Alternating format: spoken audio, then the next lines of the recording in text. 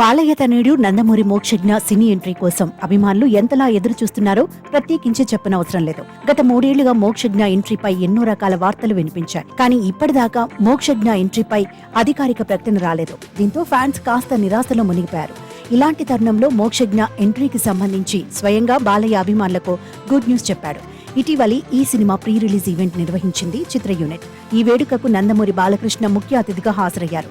ఇదే కార్యక్రమంలో తన తనయుడు మోక్షజ్ఞ సినీ అరంగేట్రంపై ఆసక్తికర వ్యాఖ్యలు చేశాడు బాలయ్య. అలాగే విశ్వక్సేన్ తో నటించేందుకు రెడీ అన్నారు. తన అప్కమింగ్ మూవీస్ గురించి మాట్లాడుతూ అభిమానులను సర్ప్రైజ్ చేశాడు.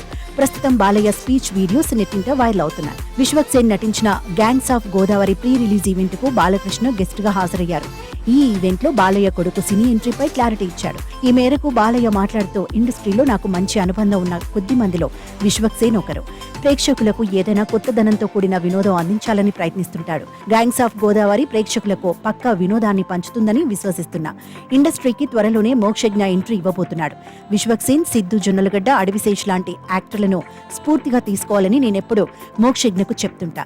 ప్రేక్షకుల అభిరుచులకు అనుగుణంగా నవతరం కథలను అందించేలా యాక్టర్లు తమను తాము మార్చుకోవాలి. ప్రేక్షకులు త్వరలోనే విశ్వక్సేన్, బాలకృష్ణ కాంబోను చూస్తారు. దీని ప్రకటన కూడా త్వరలో ఉండబోతోంది అని చెప్పి ఫ్యాన్స్ లో ఉత్సాహాన్ని నింపాడు. ఇక బాలయ్య చెప్పిన దాన్ని బట్టి మోక్షజ్ఞ సినీ ఎంట్రీ ఇదే ఏడాదిలో ఉండబోతోందని అర్థమవుతోంది.